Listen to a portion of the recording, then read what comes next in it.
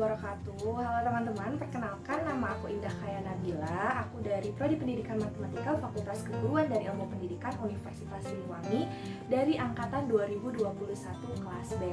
Nah, jadi di sini aku akan melakukan tugas pembelajaran dalam rangka memenuhi tugas filsafat dan sejarah matematika yang diampu oleh dosen Bapak Dedi Nurjamil. Nah, untuk pembahasan kali ini aku akan membahas tentang matriks atau pembahasan mungkin kalau teman-teman masih ingat, yaitu pada kelas 11 semester 1. Nah, langsung saja kepada materinya. Matriks.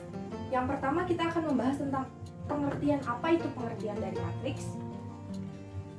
Matriks adalah sekumpulan angka yang disusun oleh baris dan kolom. Jadi jika ada angka lalu disusunnya oleh baris dan kolom, maka itu bisa disebut dengan matriks, seperti itu. Lalu yang kedua, kita masuk ke lambang matriks. Apa itu dari lambang matriks? Lambang matriks, biasanya matriks dilambangkan oleh tanda kurung seperti ini, atau bisa juga dengan tanda kurung yang seperti ini. Bisa dilihat oleh teman-teman, dan juga mungkin teman-teman masih ada yang ingat seperti itu. Lalu ketiga, nama matriks dan elemennya. Biasanya namanya itu menggunakan huruf kapital. Hurufnya sendiri terdiri dari A sampai Z. Jadi boleh ya teman-teman memilih gitu, maunya dari huruf apa. Di sini dicontohkan nih, saya menggunakan huruf A. Di sini A-nya harus huruf A kapital. Contoh A sama dengan A, B, C, D, E, F. Ini contoh anggotanya ya, atau elemennya. Di sini A, B, C ke samping disebut dengan baris. Sedangkan ke bawah, contoh AD disebut dengan kolom. Bisa teman-teman lihat lagi, A, B, C di sini disebut dengan baris. Jadi yang ke samping seperti ini disebut dengan baris. Lalu jika ke bawah disebut dengan kolom, atau bisa disebut juga dengan lajur, seperti itu. Saya akan mencontohkannya dalam angka ya. Contohnya seperti ini.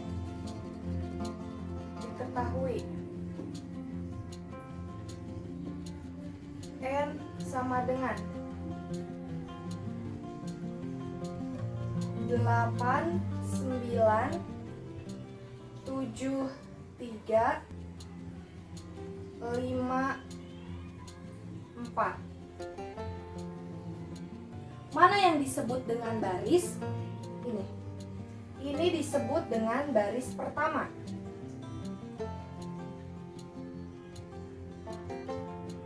Tujuh dan 3 baris kedua.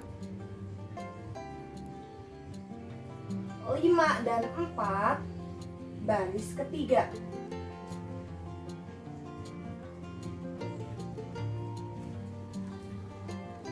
Lalu mana yang disebut dengan kolom atau lajur? 8, 7, dan 5 masuk ke dalam kolom 1. 9, 3, dan 4 adalah kolom 2. Kurang lebih seperti itu teman-teman, bisa dilihat lagi. Atau teman-teman juga bisa menulis seperti ini. 8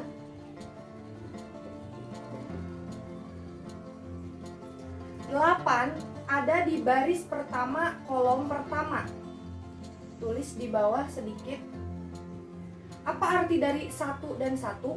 Artinya 8 ada di baris pertama dan di kolom pertama. Langsung ke 9. Kita lihat 9 ada di baris pertama, kita tulis 1 di sini, artinya ada di baris pertama. 9 ada di kolom mana? Di kolom kedua, kita tulis 9, 1, 2. Kecil saja teman-teman. Bisa juga hanya ditulis oleh pensil. Kalau ininya ditulis dengan pulpen seperti itu. Langsung ke bawahnya yang 7. 7 ada di baris keberapa? 7 ada di baris kedua. Kita tulis dulu 2. Ada di kolom keberapa? Angka 7 ada di kolom ke-1. Selanjutnya angka 3 Angka 3 ada di baris kedua. Kolom keberapa? Angka 3 kolom kedua juga. Tulis seperti ini. Lanjut ke angka 5. Angka 5 ada di baris ketiga, teman-teman. Ada di kolom pertama. Kita tulis lagi angka 1 di sini. Lanjut lagi ke angka 4. Ada di baris ketiga, kolom kedua. Seperti ini kurang lebih. Jadi maksudnya di sini teman-teman bisa membacanya seperti ini. Angka 8 ada di baris pertama, kolom pertama. Angka 9 ada di baris pertama, kolom kedua. Angka 7 ada di baris kedua, kolom pertama. Angka 3 ada di baris kedua, kolom kedua. Angka 5 ada di baris ketiga, kolom pertama. Angka 4 ada di baris ketiga, kolom kedua. Seperti itu kurang lebih